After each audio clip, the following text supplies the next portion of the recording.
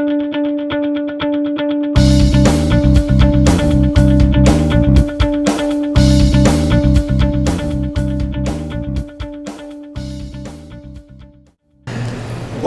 kalinya setelah berlaku revolusi dalam bidang ICT, maka kita mengambil keputusan untuk mengiktiraf secara resmi bahawa pelaku-pelaku media sosial tidak kira sama ada saudara-saudari merupakan pelaku dari segi golongan keluarga, bergerak Facebook, Twitter, di kalangan kartunis, videografer, sesiapa saja yang kita anggap sebagai pelaku dalam media sosial ini.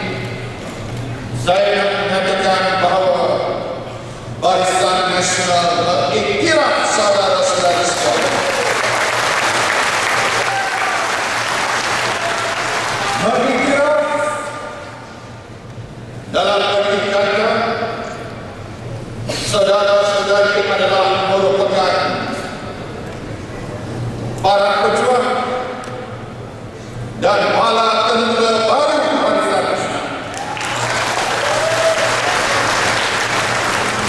Bala tentera yang bergerak dalam alam maya, tetapi wahana ini merupakan semakin penting kerana kita semua tahu bahawa sebagian besar daripada masyarakat kita, terutama sekali golongan muda, menggunakan saluran online dan alam maya ini, termasuk sosial media, sebagai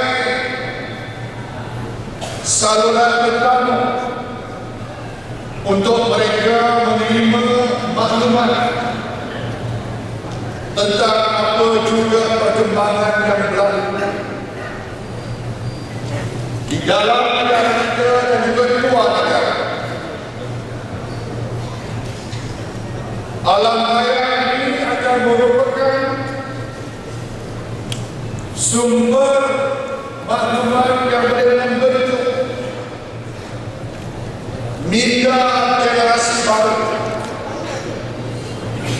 Dan kalau sekiranya kita kata bahawa kita nak memenang hati dan fikiran rakyat, dan kalau kita nak merasai kejutan hati rakyat, maka alam maya dan sosial media inilah yang merupakan wahana dan kaedah yang paling utama yang sepatutnya kita guna pakai untuk menyampaikan maklumat kepada rakyat, dan di samping itu untuk kita menilai pandangan dan sikap rakyat terhadap rakyat. Sebab itulah saya dan rakan-rakan mengadakan sangat langkah yang telah dibuat untuk melancarkan kelab sukarelawan media sosial satu Malaysia, My Voice.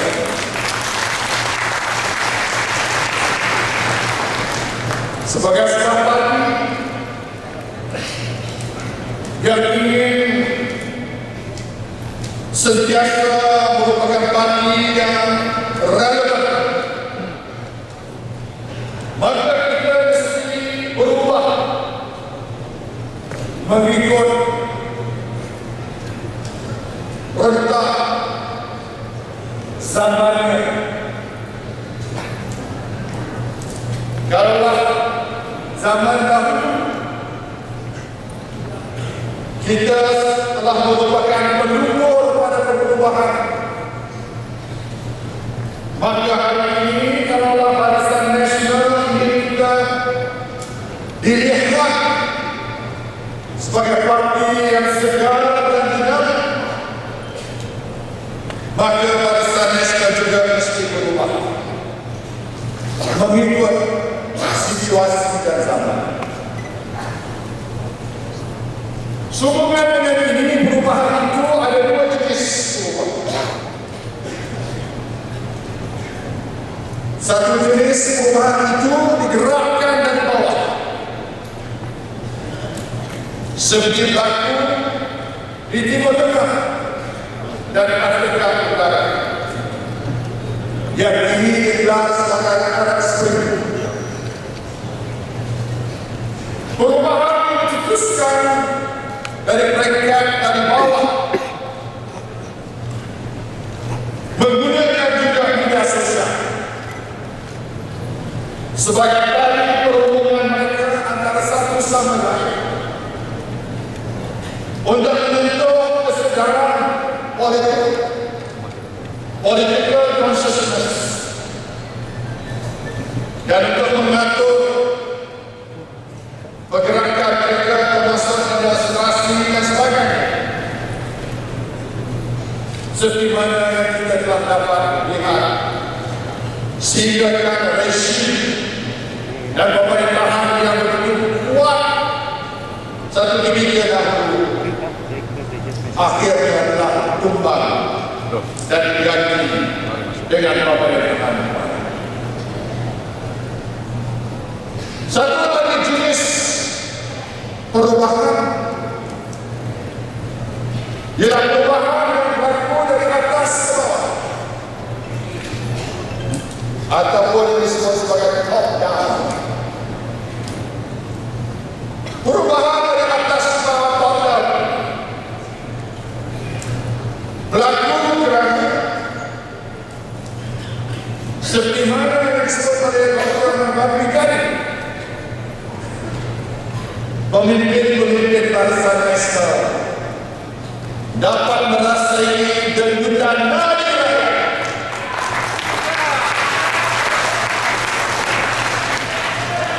Rakyat telah menyuarakan kepada kita bahawa mereka ingin melihat perubahan dalam negara kita. Sebab itulah pendekatan dari atas ke bawah kita lakukan melalui GP, melalui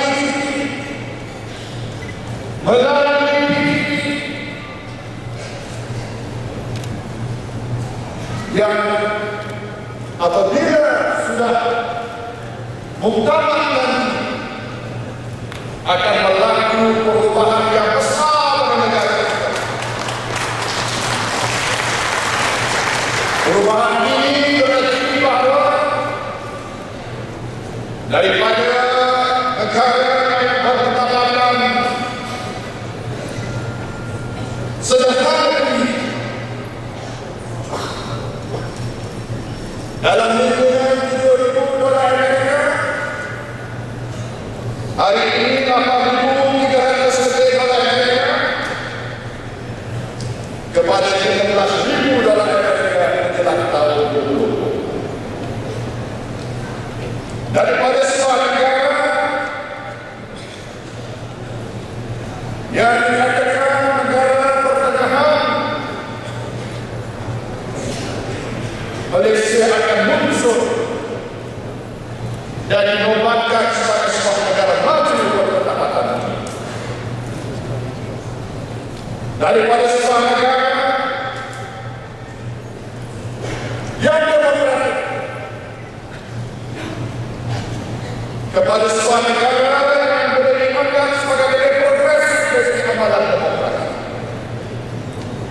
lebih terbuka, lebih inklusif melalui perubahan politik transformation yang sedang kita lakukan. Maka salah satu daripada ketetapan dalam resolusi konvensi akan berlaku perubahan yang besar tentang ekonomi, sosial, dan politik negara kita. Inilah agenda perubahan yang sedang diperjuangkan oleh negara kita hari ini. Semua ini mestilah bersandar pada sebuah rakyat. Tidak mungkin berjaya kalau rakyat. Tidak mungkin berjaya kalau rakyat terpesona. Kalau rakyat dibingungkan, kalau rakyat mencari kebenaran, kepalsuan, separuh kebenaran, semuanya ini boleh membantu agenda transformasi besar yang ingin kita lakukan. Maka disinilah peranan saudara-saudara sekalian, peranan para pejuang alam raya, para pejuang media sosial,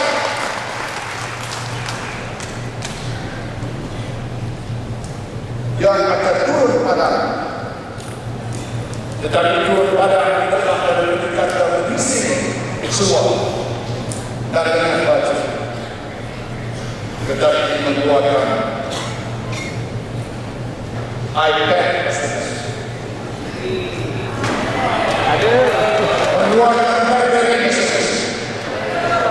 iPhone, komputer. Inilah senjata bala tentera media sosial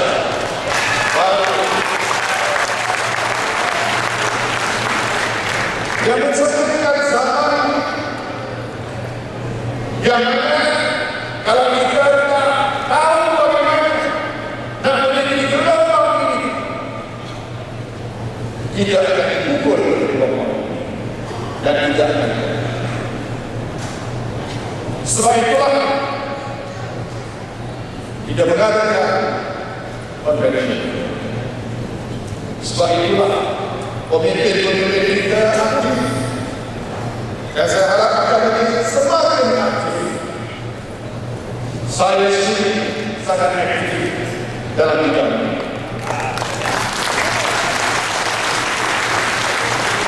Saya ada blog saya sendiri. Saya ada Facebook saya. Saya ada Twitter account saya. Sebagai usaha saya sendiri. Ada juga orang yang saksi betul pada dunia ini. Ada juga orang lain saya. Ada juga saya. Kerana saya datang dari hati saya kepada rakyat.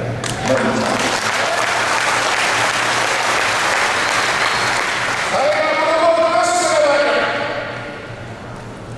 Kalau dulu kita terpaksa turun tangan, minta jabatan pemenangan, pasang mikrofon dan stage. Tapi hari ini, di mana saja kita berada, kita berhubung dengan rakyat. Hatta waktu saya mengerjakan pada haji baru-baru ini, saya telah berhubung dengan rakyat. Di antara masa mengerjakan ibadah, saya berhubung dengan rakyat Indonesia karena saya rindu kepada rakyat. Dan saya telah cuba dari politik lain. Misalnya, bila di Padang apa? Kerana urusan haji, urusan pribadi, tidak adalah peruntukan untuk government RPM ada begini. Saya dijelaskan bahasa tapi saya nak mengucapkan ucapan hari raya Adha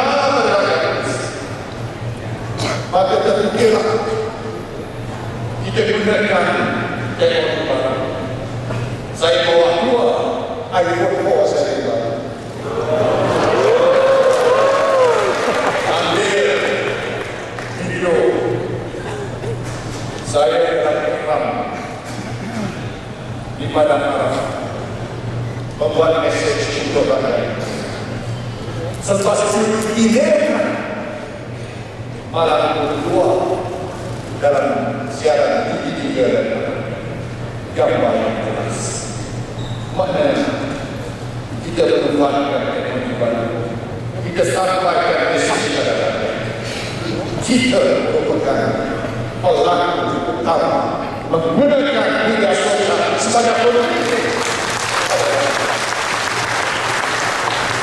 Saya katakan semua cara BM kriteria ini kita gunakan. Tapi kalau mereka aktif dalam bidang ada fakta polis kita memfokuskan polis semuanya sebab kita nak minimal evidence menjadi cara di barisan dan minimal evidence tidak orang dapat diterima oleh generasi baru sebab generasi baru ini perlu yang ada di atas kertas umur antara 21 hingga 35 ini merupakan kemudahan yang terbesar dan sesiapa yang mengenali hati pikiran mereka akan menang pilihan raya yang akan datang. Sebab itu sebagai parti Barisan Nasional yang telah bertubuh selama ini, yang tertua dalam negara, yang paling banyak dunia biasa, kita tidak boleh bersandar pada kejayaan masa lalu. Kita mesti berani mengeluarkan langkah perubahan supaya kita sentiasa relevan dengan masa dan zaman. Maka hari ini merupakan sebahagian daripada perlawanan dalam Barisan Nasional. Kita dan saudara-saudara sekalian merupakan bala tentera Barisan Nasional. Kita dan saudara-saudara sekalian untuk menjadi advocate pada kita. Mana terangkan yang baik apa yang kita. Kalau kita buat menu rakyat satu Malaysia, kita terangkan kepada rakyat. Kalau kita buat kedai rakyat satu Malaysia, ada orang rakyat kita tipu. Bodohnya harga tak sesuai pada yang kita tahu. Kita terangkan kepada mereka. Sebab tujuan mereka adalah untuk menirukan. Kalau tidak dapat memesong mereka, menirukan mereka. Ini prinsip propaganda. Betul propaganda. If you cannot kill that over, you can refuse them. Yang kedua yang kedua adalah kalau sesuatu yang tidak benar lepas waktu tapi diulang banyak kali, dia boleh diterima sebagai kebenaran. A lie told repeatedly can be accepted as a truth. Jadi kalau kita berdedikasi tidak menerangkan apa kebaikan, tidak defend kerajaan dan dasar dan tak berani menyerang pembantu, maka by default kita akan mati. Jangan underestimate peranan media sosial. Oleh itu, maka dapat segala kepalsuan dalam media sosial tanggungjawab saudara-saudara kita betul. Saya pun menjadi mangsa